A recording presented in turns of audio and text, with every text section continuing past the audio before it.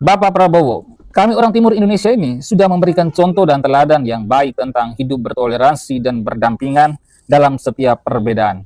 Hal itu kami tunjukkan dan ajarkan kepada saudara-saudari kami yang ada di barat Indonesia yang katanya SDM mereka paling unggul melebihi kami namun paling bodoh dalam beragama.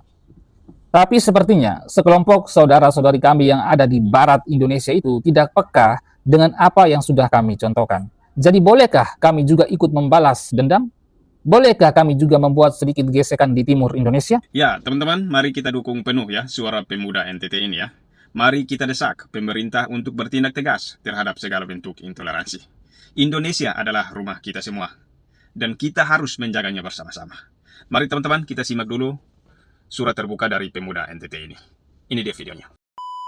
Yang terhormat Bapak Presiden Prabowo Subianto dan Menteri Agama Bapak Nazarudin Umar di Jakarta. Ini adalah surat terbuka dari saya, pemuda NTT. Di awal kepemimpinan Bapak Prabowo memperkenalkan kepada kami rakyat, seluruh menteri-menterinya Bapak termasuk Menteri Agama Bapak Nazarudin Umar. Kami tentu kaget campur kagum Bapak Nazarudin Umar diangkat jadi Menteri Agama oleh Bapak Prabowo. Mengapa? Sebab ada secerca harapan dari kami bahwa Bapak Nazarudin Umar kelak akan mengurusi urusan keagamaan di Republik ini dengan baik. Termasuk ada harapan kami agar kelak ke depannya ini bangsa kita ini tidak lagi terjadi tindakan-tindakan arogan seperti intoleransi, intimidasi, persekusi, dan lain sebagainya yang dilakukan oleh kelompok-kelompok tertentu yang merasa diri mayoritas kepada umat agama minoritas di negeri ini. Apalagi Bapak Nazarudin Umar sebelumnya sempat viral di media sosial kami, bahkan mungkin viral ke seluruh dunia, di mana ketika Bapak Nazarudin Umar bertemu almarhum Paus Fransiskus. Bapak Nazarudin Umar mencium dahi Bapak Paus Fransiskus dan Bapak Paus balas mencium tangan Bapak Nazarudin Umar, dan kami yang menyaksikan itu sangat terharu. Oh, indahnya toleransi ini. Dua sosok tokoh yang berbeda agama telah memberikan contoh dan teladan kepada kami tentang saling merangkul, memberi kasih sayang, dan saling menghargai dalam setiap perbedaan. Dan setelah itu, oh, ternyata itu hanyalah gimmick belaka. Itu hanyalah kepalsuan. Yang kami lihat itu hanyalah covernya atau sampulnya saja. Pada kenyataannya, jauh panggang dari api. Yang kami saksikan pada waktu itu hanyalah mimpi yang jauh dari kenyataan. Sebab sudah beberapa kali aksi intoleran ini terjadi, Bapak Nazarudin Umar lagi bobo santik, menutup telinga, mata, dan hati. Mungkin karena ia saking keasikan menikmati segala fasilitas mewah di gedung Kementerian Agama dengan berbagai tunjangannya yang ia dapati. Sehingga Bapak Nazarudin Umar lupa apa yang sedang terjadi di negeri ini dan lupa akan tugas dan tanggung jawabnya. Bapak Prabowo Subianto, lihatlah salah satu menterimu yang tidak bisa berbuat apa-apa. Tidak ada kebijakan satupun dari yang bersangkutan untuk mengambil sikap tegas atas berbagai aksi-aksi kejahatan kemanusiaan itu. Tunjukkan taringmu, wahai Jenderal Prabowo. Pecat menterimu yang tidak bisa berbuat apa-apa, tapi bisanya hanya tidur dan menikmati segala fasilitas mewah. Bapak Prabowo Subianto yang saya hormati, semua orang tahu bahwa Bapak adalah bekas jenderal di Republik ini. Ketika diangkat jadi presiden, ada banyak harapan dari rakyat bahwa seorang mantan jenderal gagah perkasa ini pasti punya nyali yang besar dan kuat dalam menahkodai kapal sebesar Indonesia ini dan dalam memberantas segala kejahatan, termasuk kejahatan intoleransi yang dilakukan oleh kelompok-kelompok tertentu yang sedang mengoyak tenun kebangsaan di Republik ini. Namun, lagi-lagi dan lagi, harapan kami kepada seorang ex-jenderal itu pupuslah sudah. Di awal kepemimpinan Bapak Prabowo saja, sudah diawali dengan berbagai aksi intoleran yang terjadi nyata di Republik ini. Mulai dari kasus intoleran di Cidahu, Sukabumi, berlanjut ke penolakan pembangunan gereja di Kota Depok, kemudian berlanjut lagi penolakan pembangunan gereja di Kuburaya, Kalimantan Barat, dan sekarang kembali terjadi lagi di Kota Padang, Sumatera Barat. Aksi brutal pengrusakan rumah doa dan anak-anak, menjadi korban. Di Kota Padang, anak-anak Kristen harus menjadi korban dari kebiadaban para pelaku. Mereka bahkan secara langsung menyaksikan dan menghadapi langsung atau merasakan langsung aksi kekerasan fisik kepada mereka yang dilakukan oleh para penjahat mabuk agama yang sama sekali tidak punya rasa kemanusiaan terhadap anak-anak yang tidak tahu apa-apa itu. Tapi sampai dengan saat ini saja, bahkan mungkin saat surat terbuka saya ini diupload, Bapak Prabowo belum menunjukkan satupun sikap tegas dan kebijakan Bapak untuk menindak manusia-manusia intoleran itu. Lalu pertanyaan saya, di manakah taringmu, wahai Jenderal Prabowo? Juga ketika Bapak diangkat jadi presiden, ada harapan besar di hati kami bahwa sosok ex-jenderal yang berasal dari keluarga multi agama ini pasti akan bertindak adil dan bijaksana serta tegas terhadap setiap aksi-aksi intoleransi yang terjadi di negeri ini. Namun kami harus kembali mengelus dada, menarik napas panjang. Ternyata Bapak Prabowo yang berasal dari keluarga multi agama sekalipun tidak mampu untuk mengatasi masalah intoleran itu. Bapak Prabowo yang saya hormati, lalu kemanakah kami harus mengadu? Kepada siapakah kami memohon bantuan, sedangkan penguasa di negeri ini saja seolah menutup mata dan telinga ketika aksi intoleransi itu nyata dan sedang terjadi di depan mata penguasa? Ketika kami meminta keadilan ditegakkan, malah keadilan itu hanya bisa dengan tanda kutip diselesaikan. Pokoknya sekedar selesai. Dan intinya para korban bisa puas namun tidak memberikan efek yang jera kepada para pelaku sehingga perilaku intoleran itu terus menjamur di negeri ini. Ketika kami merasa susah sekali untuk mendapatkan keadilan itu dan kami kemudian semisalnya membangun narasi-narasi pesimis seperti begini, mendingan kita berpisah saja dari negara ini. Mendingan kita merdeka saja buat negara sendiri, atau mendingan kita gabung saja sama Papua. Kita mendukung kemerdekaan Papua yang tengah diperjuangkan oleh OPM. Malah narasi-narasi semacam itu kami akan dianggap atau dicap membangkang terhadap negara ini.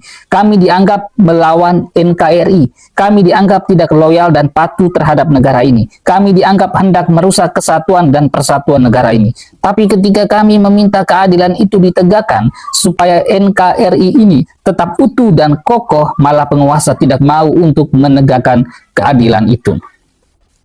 Penguasa tidak peduli. Penguasa seolah tutup mata, telinga, dan hati nuraninya ketika ada rakyatnya diperlakukan dengan tidak adil oleh sesama rakyatnya sendiri. Para penegak hukum, polisi, jaksa, dan hakim juga tidak memberikan rasa puas kepada korban dengan memberikan sanksi yang tegas dan terukur kepada para pelaku yang membuat mereka jerah. Malah justru para penegak hukum itu terkesannya takut sama masa intoleran itu. Lalu di mana lagikah kami harus mengemis keadilan itu? Kemana lagi kami harus memohon? Apakah kami harus tetap bertahan berada di bawah naungan republik ini kah? Apakah kami harus terus-terusan mendapatkan tindakan-tindakan intoleran, intimidasi, dan persekusi kah? Atau apakah kami harus tetap bertahan di republik ini dengan berpura-pura bahagia kah? Dan kami juga harus tetap berpura-pura percaya kalau negara ini aman dan damai dan rakyatnya hidup penuh toleransi kah? Masa kami harus bertahan di negeri ini dan berpura-pura bahagia di atas ketidakadilan yang terjadi pada kami umat minoritas?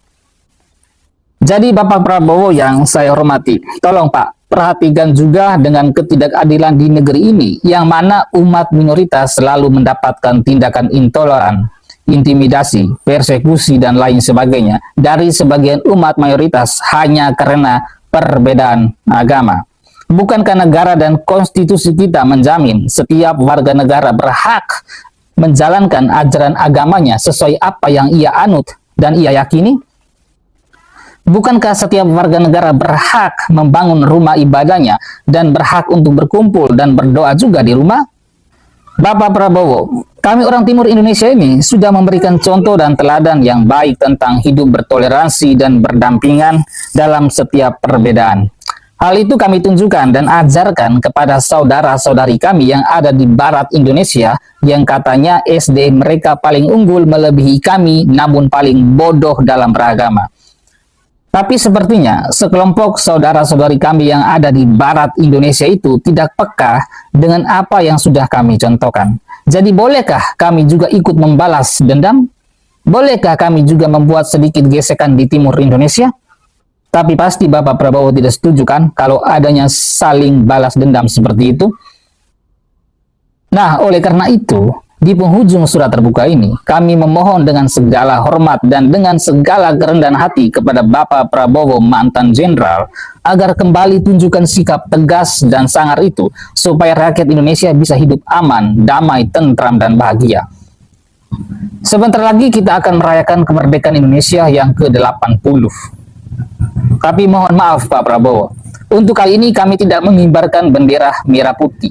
Bukan karena kami anti terhadap negara ini, bukan pula karena kami tidak menghargai jasa para pahlawan yang telah gugur demi bangsa dan negara ini. Tapi terlalu suci untuk merah putih itu berkibar di langit Indonesia.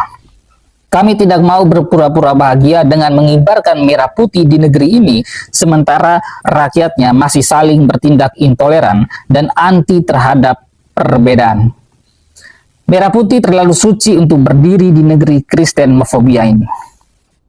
Bapak Prabowo yang saya hormati, demikianlah surat terbuka saya ini. Mohon maaf apabila ada salah kata. Ya, Bapak Ibu Saudara yang dikasih Tuhan, kita telah menyaksikan video dari pemuda NTT ya, yang dengan berani mempertanyakan janji-janji kampanye Presiden Prabowo terkait perlindungan terhadap seluruh warga negara tanpa memandang agama atau kepercayaan. Pemuda NTT ini juga menyoroti peran Menteri Agama dalam menjaga kerukunan antar umat beragama. Ya, dengan tegas pemuda ini menyerukan tindakan nyata, ya, tindakan nyata dari pemerintah untuk menghentikan segala bentuk intoleransi dan diskriminasi terhadap kelompok minoritas. Pemuda NTT mengingatkan kita bahwa semangat kemerdekaan Indonesia harusnya dirasakan semua warga, ya, harusnya dirasakan semua warga negara tanpa terkecuali. Ungkapan kekecewaan pemuda NTT ini yang enggan mengibarkan bendera di tengah ketidakadilan ini adalah sebuah tamparan keras bagi kita semua teman-teman. Ya, ini adalah tamparan keras bagi pemerintah. Ini adalah panggilan untuk introspeksi diri, untuk memastikan bahwa nilai-nilai Pancasila benar-benar diimplementasikan dalam kehidupan berbangsa dan bernegara. Mari teman-teman, kita dukung suara pemuda NTT ini ya.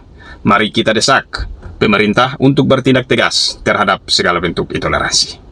Indonesia adalah rumah kita bersama dan kita harus menjaganya bersama-sama ya. Jadi mari teman-teman, silahkan berikan tanggapan kalian di kolom komentar dan jangan lupa di-share video ini sebanyak-banyaknya supaya sampai ke telinga Presiden ya. Terima kasih kepada pemuda NTT ya yang sudah berani menyuarakan kebenaran. Suaramu adalah suara Indonesia yang lebih baik. Ya teman-teman, demikian video ini. Semoga bermanfaat. Tuhan Yesus memberkati. Shalom.